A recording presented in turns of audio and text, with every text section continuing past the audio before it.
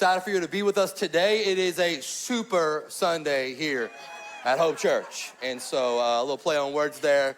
Obviously, I'm excited about the day, but it's a day full of a lot of great things happening here at Hope Church. Other than just being the Super Bowl, we have Kickoff Sunday here at Hope Church we get really excited about because twice a year in September and also in February, our Grow Group semesters kick off. And so today is our spring semester of our Grow Group launch.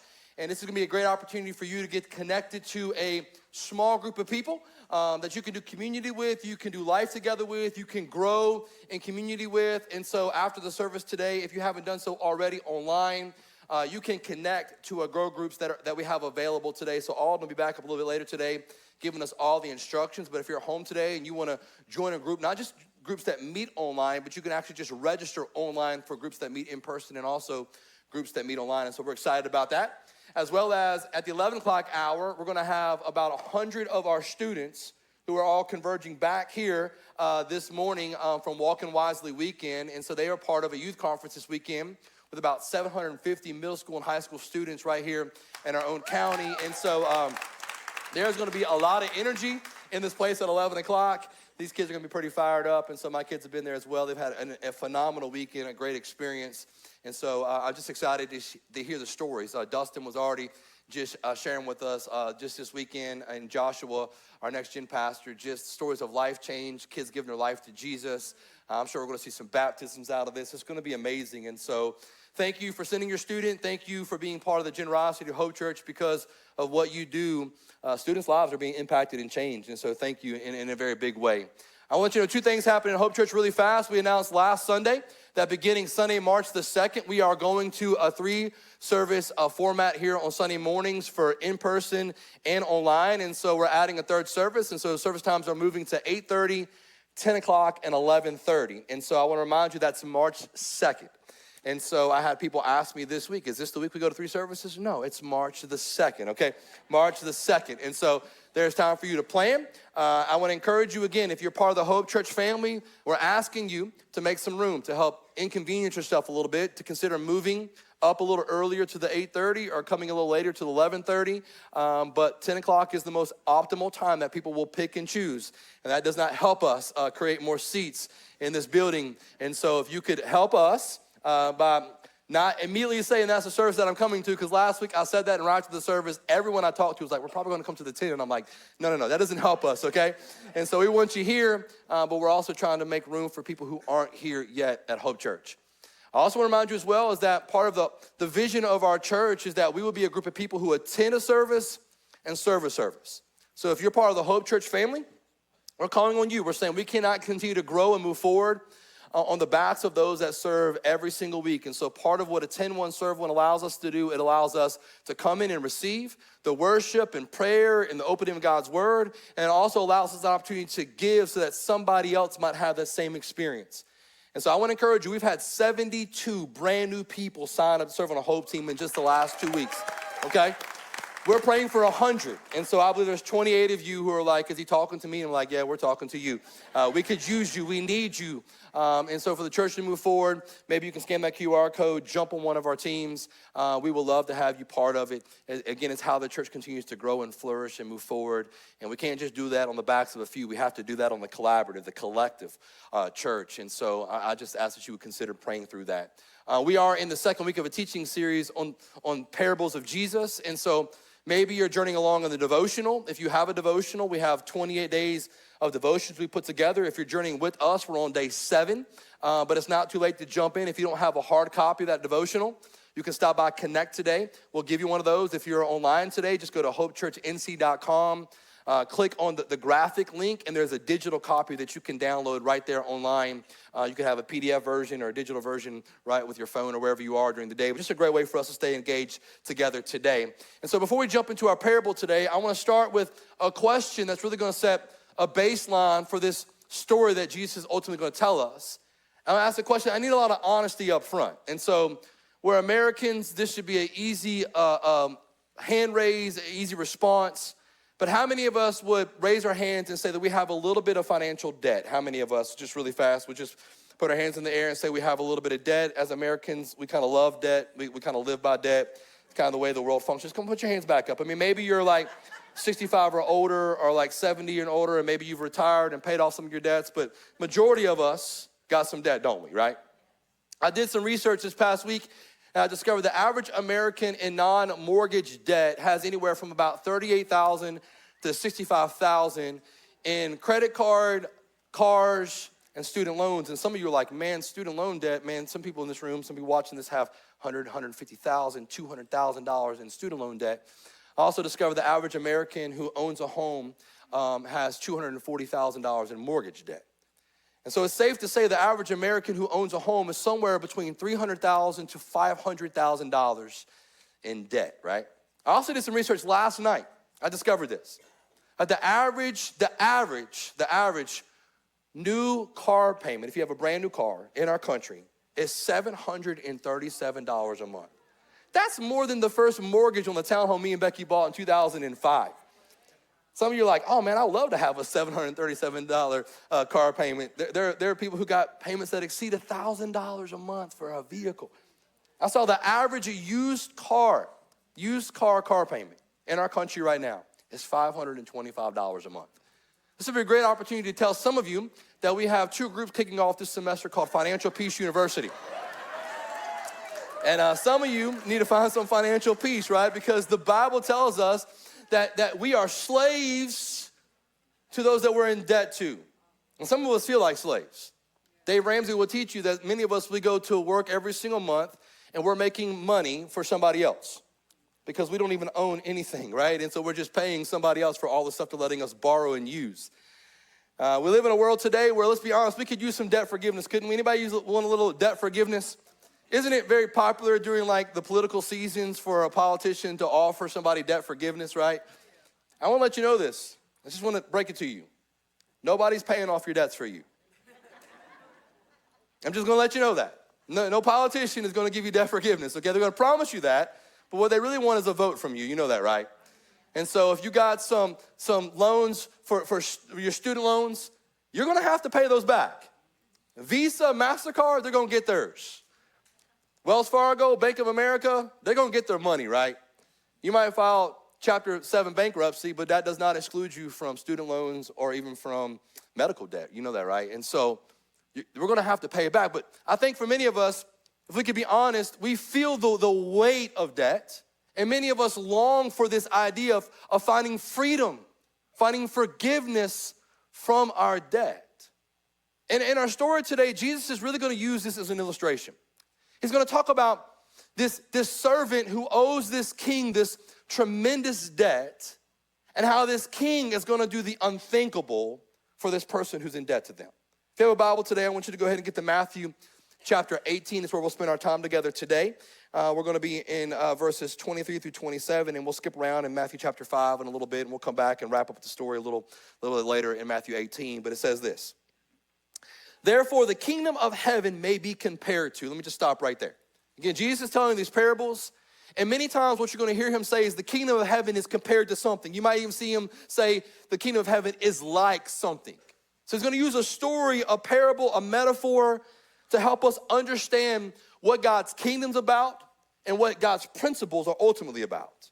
He says there was a king who wished to settle his accounts with a servant. And when he began to settle, one was brought to him who owed him 10,000 talents, which was just a form of currency. And since he could not pay, his master ordered him to be sold with his wife and children and all that he had, and for payments to be made. So the servant fell on his knees, imploring him, have patience with me, and I will pay you everything. And out of pity for him, the master of the servant released him and forgave him the debt. Let's just stop right there for just a moment. I want to give you kind of a little cheat sheet, a little answer key today. We've kind of done this last week. I'll kind of do this each week of the series so that you can kind of track along with us, so you can get a deeper understanding of what Jesus is trying to translate to us. And so when you see the king in the story, we see that the king in the story is God, okay? The servant in the story is us. And so God is our king. We are the servant. He is our master. When you see this idea of canceling a debt, right, it's this idea of forgiveness. And what is this debt that's being canceled? It's sin. So I just want to kind of put that in your mind to kind of have a framework, a foundation to kind of build off of. And so what we have is that this servant is brought before the king. He owes him a great debt. And during this day, it was very customary, if you owed a debt, that the king or the master or whoever you owed the debt to could make a decision. They could either force you to be a servant of theirs until you worked off that debt. They could choose to put you in prison and then take your wife and your kids and force them to work until that debt was paid. But nonetheless, that debt would be paid. And during this day and in this culture, to have debt to someone that you weren't paying on was a really big deal. And so for Jesus to mention what he does, the unthinkable, that the king would look at this servant who's not paying his debt and was willing to forgive him was kind of, again, the unthinkable during this day, right? Now, ultimately, what we're going to discover today, we're going to kind of rush to the end of this story, and then we're going to kind of come back and walk through it, is that this is ultimately a story of what Jesus has done for every single one of us. It's really a story about redemption and grace and mercy and forgiveness that God offered us through Jesus Christ. Let's be honest. Anytime we start a conversation about forgiveness, it's always tough, isn't it? Because in a room this size, over multiple services, over a lot of people online and in person, there's a lot of hurt here. You know that, right? There's a lot of hurt in this room. There's a lot of hurt at home today. There's people who have been hurt. They've been abused. We have people in church who have been raped. We have people who have been abandoned. We have people who have been betrayed. So when you start a conversation about forgiveness, where do you even start? How do you even begin to unpack all the layers? And I would say we can't. In a moment like this, we can't even begin to unpack all of the layers and all the complexity of the hurt that people have experienced. So what I think we have to start today, and this is the place we just have to kind of back up with, I'm not disqualifying your hurt, I'm not disqualifying your pain. I'm just saying what we're gonna have to do today is before you and I begin to focus on all the hurts that somebody else has caused us in our life, I think the best place that you and I can start with is first dealing with ourselves. I just think it's the place that you and I have gotta get ourselves in a position today to start with the question of us. Because I really think that life is all about perspective. I think life is all about how we really see what we've done in this life and the hurts and pains that we've caused other people. Because it's so easy for us to live in this place of distance with a hard heart because we know all these people who've done all these things to us. And as long as we stay in that place, I don't think God can really move us forward. So I'm gonna start with a question today. And it's a question that we got to wrestle with, and you can write this down. How much forgiveness do I deserve? You ever thought about that? How much forgiveness do I really deserve? And if you were to ask me that question, I would say, man, I deserve a lot of forgiveness. I deserve a lot of grace, right? I mean, when we look at ourselves, right, we judge ourselves with tremendous grace, don't we? Don't we? I mean, because we judge ourselves based on our intentions, don't we? We talk about this all the time. Like, hey, it's not my fault that you perceived what I said to be wrong. That's not what I intended to say. That's your problem, right? I didn't mean that. That's on you, right? And so when I look at myself so often, I give myself such forgiveness and such grace because I know my heart. I know what I meant to say. You just interpreted it wrong. You should give me grace because I didn't mean to. Now, when you say something against me, it doesn't matter what your intentions were. Because now this is how I feel, right? Isn't this kind of how we function? If we could be honest, we all kind of live in this same camp. When we mess up, when we've hurt somebody, when we've wronged somebody, we're like, hey, come on, I'm human. I understand, I'm not gonna be perfect. I'm gonna fail people. I'm gonna let people down. What do you expect from me? I'm not Jesus. And so we give ourselves kind of this unlimited grace that says, I'm just a royal screw up. I can't help it, I just say what I think. I have a temper and stuff just flies off and it's just words. Why are you stuck on that? What's the big deal? Why can't you get past that? Why can't you move on from it, right? And so we start looking around at other people though, and we continue to judge them based on the things that they said, right? It's an unfair, unbalanced way of looking at life and looking at other people and how we view ourselves. When we're in debt to someone though, when we've hurt somebody and we know that we've actually hurt them, if you're a human and you care, it weighs you down, doesn't it? When you know you've wronged somebody and that distance is set up and you can feel the distance and you know that you are wrong, it just has a way of weighing us down, doesn't it? There's something about us being in debt to somebody else that causes us to hide, to run, to tuck tail, whatever it might be, right? I remember When we moved up here, I don't know if you know our story, but we moved up here, me and my wife Becky, in 2006 from Canton, Georgia. And we started a church from scratch, and we launched our first service in 2007. And then church started to grow, and in 2008 and 2009, we renovated a shopping center. We moved into a shopping center out in Haw River. And really, we bit off more than we could chew. I mean, I'm just gonna be honest with you. We didn't have anywhere that we could meet at the time, anywhere that could kind of hold us, but we were a brand new church, and financially, we were kind of struggling. And so we moved into the shopping center. We launched it on Easter, and then we only had like a month or two before summer hit. And then, if you know summer, people are gone and they're distant in your new church. And so financially, the church was just struggling. And if I could be honest with you, man, as a church, we got behind. Like we got behind. And so we started off making some kind of partial payments on our lease, and then we had a month or two where we couldn't even pay the lease payment on our building. And I'll be honest with you, I was terrified. We were in that summer, and I thought, man, we're gonna lose the building, we're gonna lose the church. I don't really know what we're gonna be able to do. And so I set up a meeting with the man who owned our building. And I'll be honest with you, man, I was scared to death. I had been avoiding the phone calls. I have been avoiding the conversation like we all do, because I didn't have an answer. I didn't know what to tell this individual. And I sat down and I just poured my heart out to him, and I told him where we were and what our struggles were. And as I got done, he said, Tad, take a deep breath. He said, just relax. He said, here's what we're gonna do.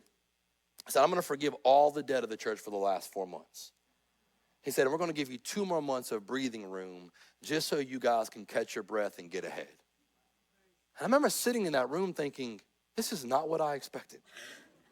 This is not what I expected anybody to do. Who does this? Who offers this? He had already been so generous to us getting to this building and even spending some of the money for the renovation and upfit of the building. And I thought, who in the world does this? I didn't deserve this.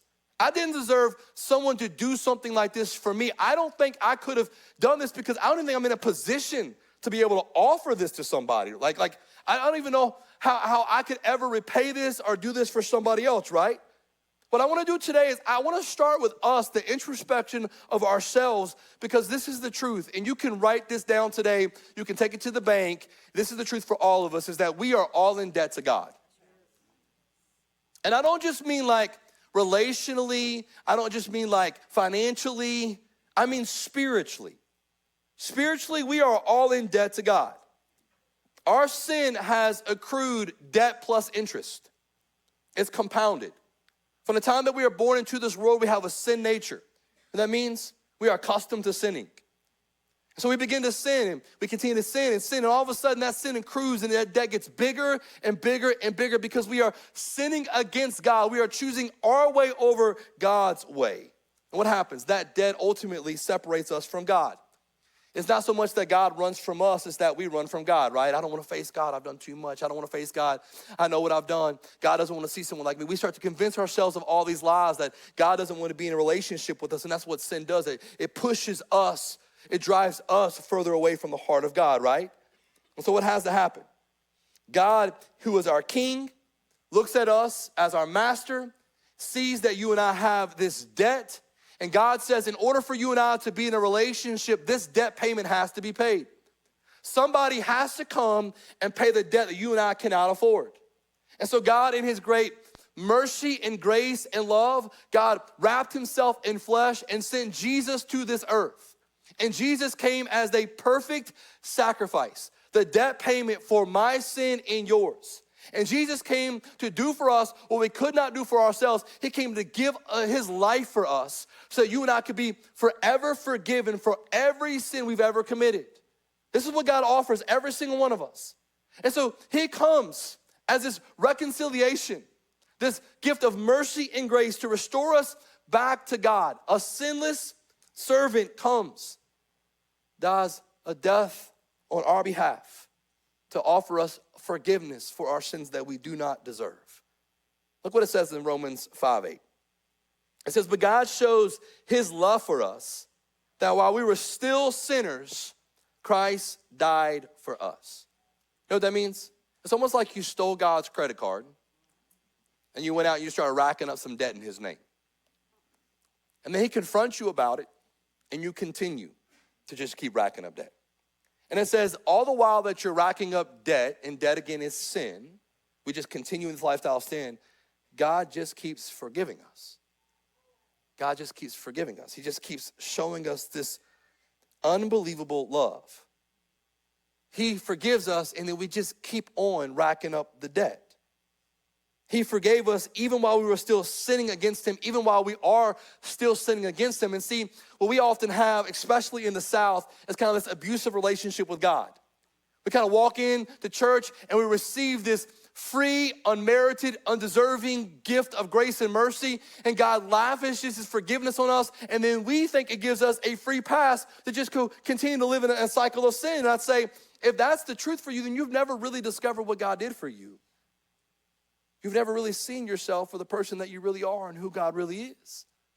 Because if you knew who you were and what you had done, and ultimately what it cost Jesus, you wouldn't receive that and continue in that lifestyle of sin, right? It doesn't mean you're going to be perfect. It doesn't mean that you're never going to struggle with anything. But this idea of I can say a prayer and then live however I want is contrary to the gospel. Because Jesus came to set us free, the burden of sin. He didn't come so you can continue to walk in it and then he would just carry the burden for you. He says, I want you to leave this sin behind because I want you to enter into a new life, a new way of living. This is part of what Jesus comes to invite us into. He says, I've come and brought heaven down, and I'm inviting you into a kingdom life that begins now. It's a new way of thinking, a new way of living, a new way of seeing life. Think about someone who's wronged you.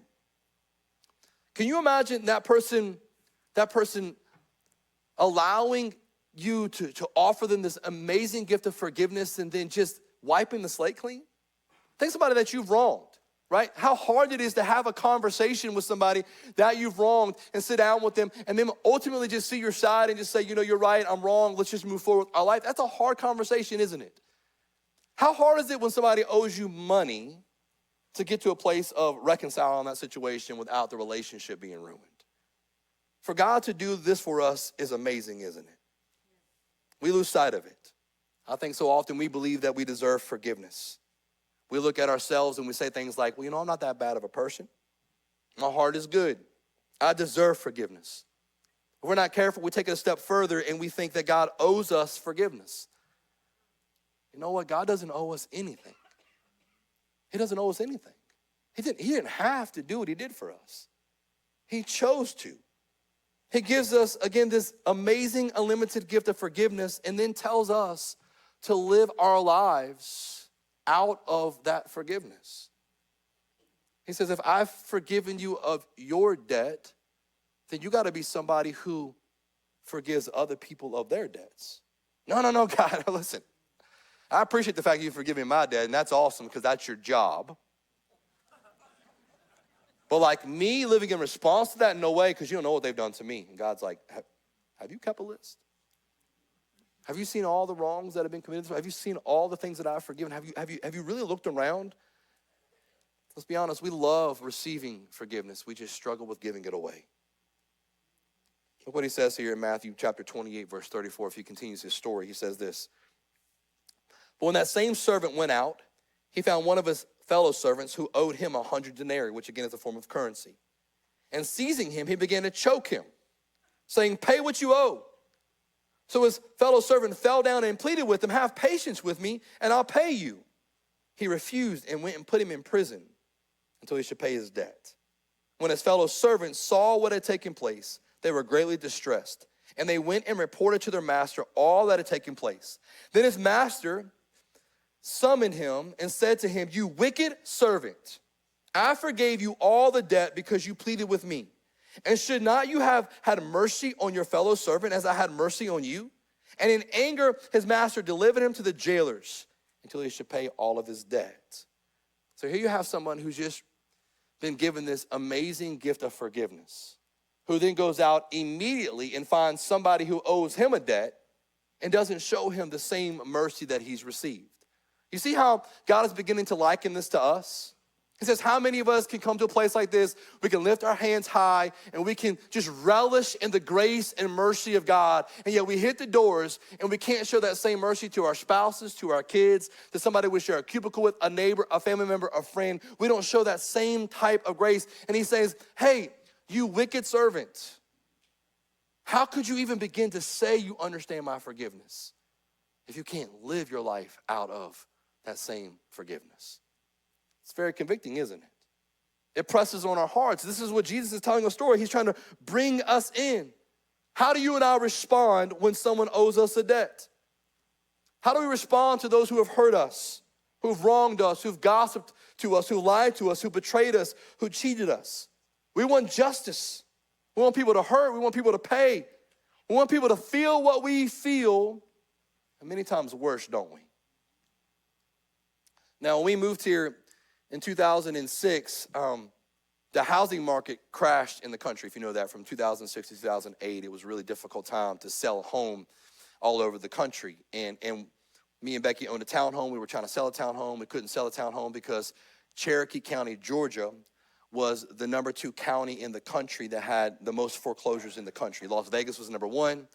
Cherokee County, Georgia was number 2. It's the last metro city of Atlanta. And so they'd come in, they began to build all of these houses, and they were building them ahead of all of the growth. And then the housing market dried up, and they had these entire subdivisions that just rotted and went to waste. So we bought a townhome in kind of phase 1 of a 5-phase kind of townhome build out, and they still had 3 phases to go, and the builder went under, and they just left all of these units left to rot, right? So we're trying to sell this townhome in this horrible economy, and I never in a million years wanted to go into the business of being like a landlord, but we couldn't sell, right? So we came up here, we're renting an apartment. We began to rent our townhome down in Georgia, and we had our first tenant go in. I had no experience in this field before. I didn't pay somebody to manage our property. I thought I could take care of this myself, which was a fatal mistake. And so we had a lady move in, and the first 2 months she paid rent. It was on time. Now, we weren't in a financial position to be able to carry 2 mortgages, right? And so when the rent payment came in, we just charged literally what the mortgage payment was, and I would just turn right around and I'd write a check, or I'd go right online and I'd pay the mortgage payment. Well, the 3rd month, me and Becky were about to go out of town. I got the check on a Friday. I went and I paid the mortgage with the check she had given, and all of a sudden I went to use my debit card, and we had no money in the account. And I'm like, what is going on? And all of a sudden the check that she had bounced the mortgage payment that we had made, which then began to bounce every transaction we had while we're out of town. And so I'm sitting there like, what is going on? So I got a lot of grace. I call and I'm like, hey, what's going on? Well, I didn't realize this woman was a professional. And so she wrote me a bad check to fix a bad check. And so she wrote another check, and we went through the whole process. Well, this went on and on and on. And I would hop in the car here in North Carolina. I would drive 8 hours down to our property, wait for her to get off of work. We'd have some conversation. She'd sell me some story. I would believe her every single time. This went on for months, y'all. It went on for months. And it got really, really painful, right? We got to a place where financially it was affecting us so much that we were having to make mortgage payments with credit cards. She went in default on the utilities. And when you own the home, they'll find out who owns the home. They begin to send me utility payments, right? It took me almost a year to get her out of my house. So we went down to court to deal with the situation. She had about 6 different versions of her name. And I sat in court. At this point, my grace was over, right? I was like, let's hang her in the street. You know what we need to do, right? Let's take her to the furthest extent of the law. Like, what do we need to do, right? I mean, I didn't care at this point, right? I wanted justice. I wanted vengeance. Hey, to make it worse, on the way out, her and her boys lived in her house. They kicked holes in all the walls. They ripped off doors to the cabinets. They ripped off banisters that went upstairs. They just destroyed the house. And I mean, it was like, what in the world? I had showed such grace early on. I had no grace left in the tank, right? Isn't it true, though, that when somebody wrongs us, this is how we're wired? Man, we want vengeance, don't we? I mean, isn't vengeance what sells in movies and books? I mean, when you tune in to watch a Liam Neeson movie, and his daughter's been taken for the 20th time. I don't know why he can't keep up with his daughter, but she just keeps getting taken over and over and over again. When Liam finally finds the people who took his daughter, nobody wants to watch the movie where he's like, hey, guys, I forgive you. They're like, no, man, I want you to snatch his face off. You know what I mean? Like, we put ourselves in that position, don't we? Like, we love vengeance. We want justice for those who have wronged us, but when we've been wronged, when somebody we love has done something wrong, man, we want grace, don't we? We want grace. We want tremendous grace. We want mercy. Look what Jesus says in Matthew chapter 5, verse 38 through 44. If you were journeying along just this fall as we were going through the Sermon on the Mount, we addressed some of this, but Jesus says, you have heard that it was said, and I told you, anytime you see those words, Jesus is making a reference back to the Old Testament law, the way of living. So Jesus says there was an old way that he's always going to elevate it. He's going to say, but I say to you, and he's going to elevate it and say, but now there's a new way. I'm here. I'm bringing a new way, a kingdom way of living. He says, you heard it said an eye for an eye and a tooth for a tooth. And I'm like, yes, I love that. You kill somebody, you deserve to die. You snatch out someone's eye, let's take your eye as well. You steal someone, let's cut your hand off. He says, man, that was the old way of living. An eye for an eye, a tooth for a tooth. But I say to you, I'm elevating the game. Do not resist the one who is evil. But if anyone slaps you on the right cheek, turn to him the other also. Who does that? Who does that? He said, if anyone would sue you and take your tunic, let him have your cloak as well. And if anyone forces you to go 1 mile, go with him 2 miles. Give to the one who begs from you, and do not refuse the one who would borrow from you. You have heard that it was said, you shall love your neighbor and hate your enemy. Yes, I love people who are easy to love, and I hate those who are easy to hate. But I say to you, love your enemies and pray for those who persecute you. Let's be honest, you come to church, you tune in a line, you hear a message like this, and you're like, oh, this is all a big setup, isn't it? Because what Tad's ultimately going to do today is he's going to tell me that I need to forgive somebody. And here's the deal, I don't want to. I have a right to be mad. I have a right to be angry. I have a right to hold on. I'm not going to do it. I'm not going to do it. I'm not going to forgive somebody because this person took advantage of me, and maybe they're going to keep taking advantage of me. So maybe you found yourself, like I have in life, asking this question, maybe somebody who's a serial offender in your life. This question right here, how much forgiveness should I give? Like, what's the limit, God? How much should I keep forgiving these kids before I just take one of them out? You know what I'm saying? Like, how much? How much should I give away to this spouse or to this parent or to this in-law or whatever it might be? How much forgiveness am I supposed to give away? What does that even look like? It's a question we've probably all asked or we will be forced to ask. How much forgiveness do I need to show someone to be in good standing with you, God? What is honoring to you? I know God doesn't want bitterness in my life. How much forgiveness is enough? One of Jesus' closest disciples, a man named Peter, asked Jesus the same question in Matthew chapter 18, verse 21. It says, then Peter came and said to him, Lord, how often will my brother sin against me and I forgive him?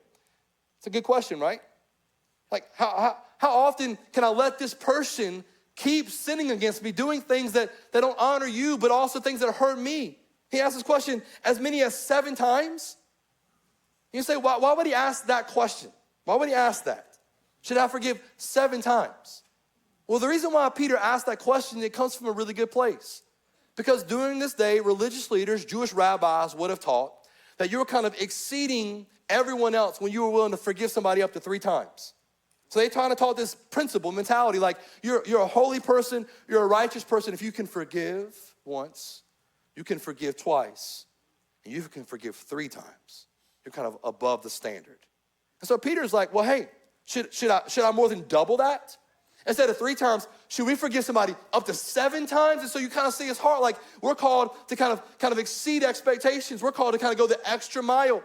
We're called to love like you. And so you kind of see his desire to honor God. And how does Jesus respond? He says this in verse 22.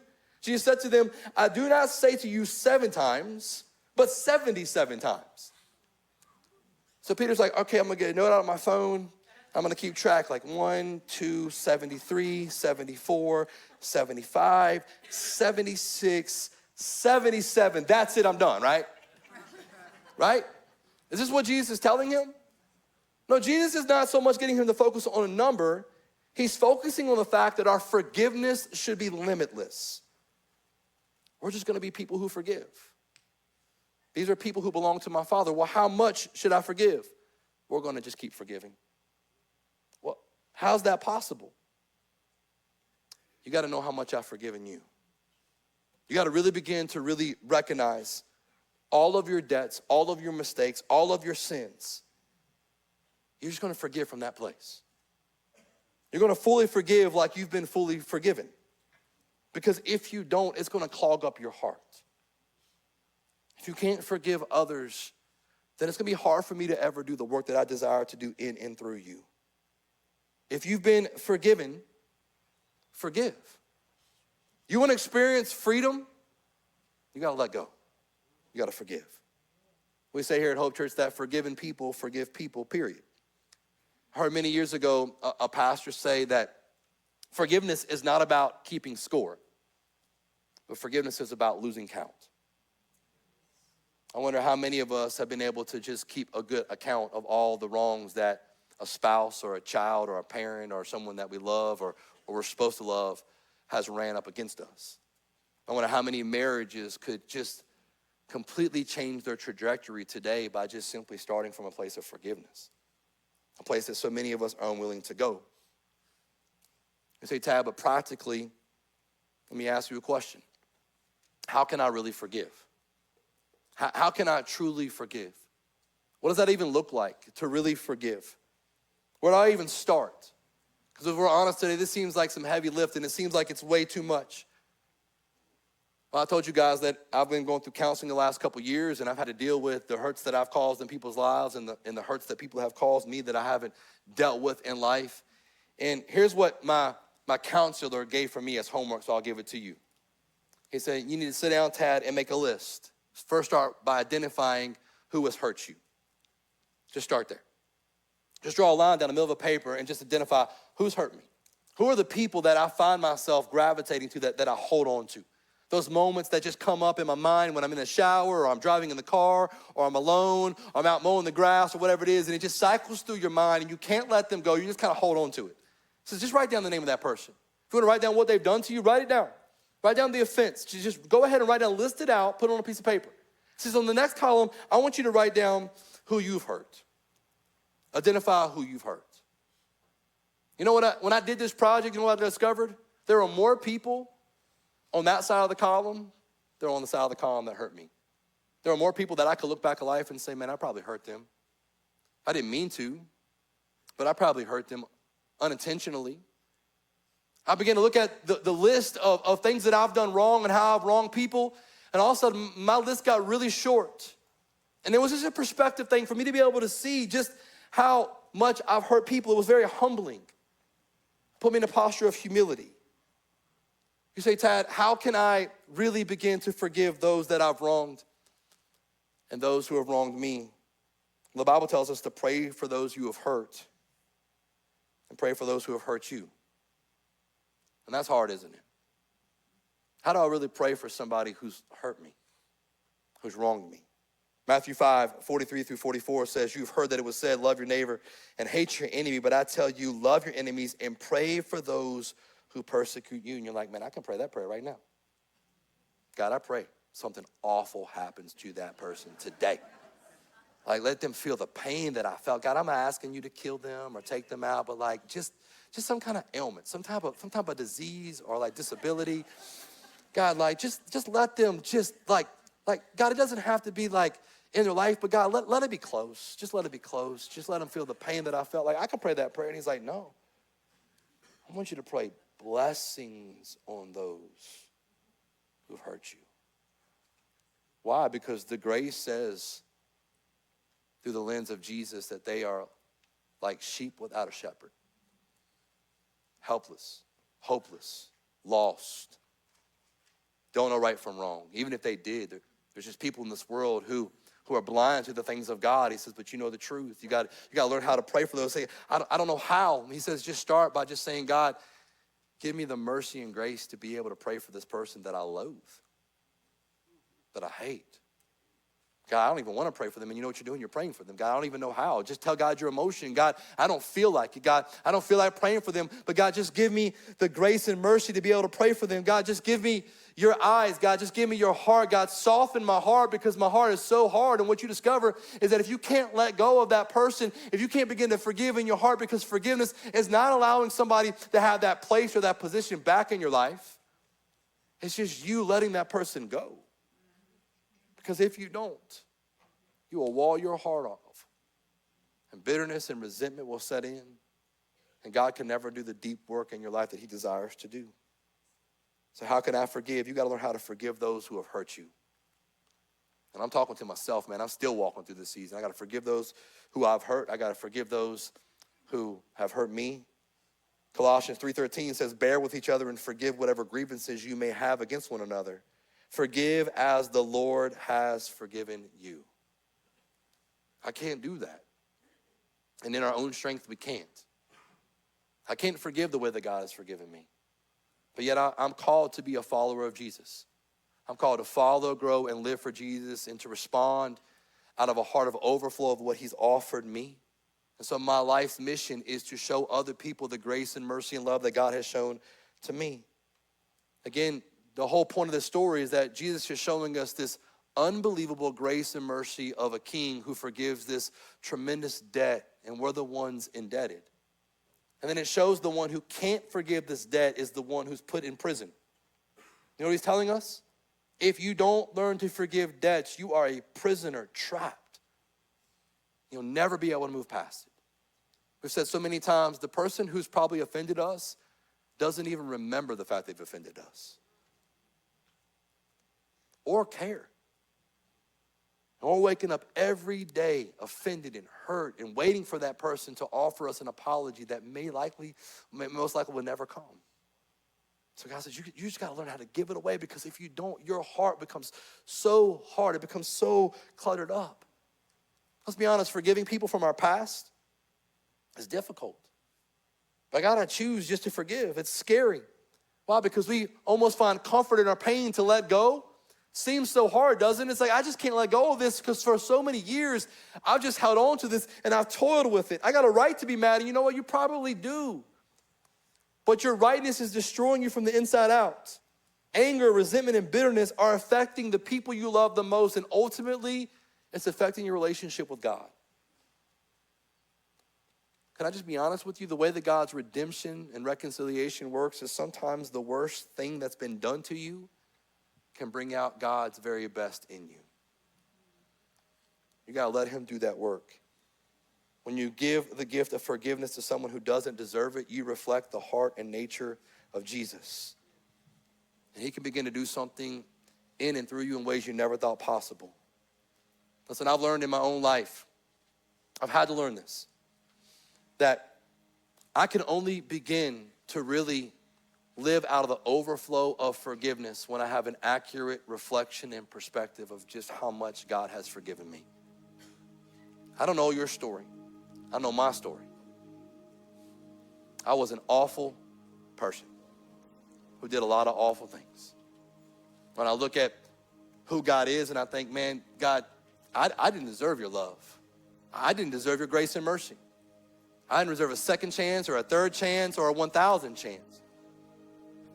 And yet, God, for whatever reason, God, you chose to show me mercy. You chose to show me grace. I don't want to abuse that grace. I don't want to be a receiver of that grace and then walk out the door and think, man, I can just go live however I want. I want the mercy of God to impact me so much that I live my life to honor what he's done for me, and I live my life out of the overflow of what he's done for me. And he's called you and I to live in the same way. If it wasn't for the mercy of God, I don't know where I would be today. Some of us need to receive that mercy today.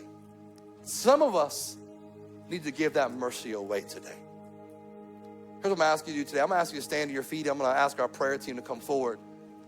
And I believe for some of us today, we got to get really gut level honest about where we are and who we are. I think some of us know about the mercy of God, but we haven't really received the mercy of God to the place that it has changed our hearts, that has changed our lives. Have we really seen ourselves for the sinners that we are and for the Savior that Jesus is? Have we really acknowledged what he's done for us and the willingness that he was willing to give up his life for us,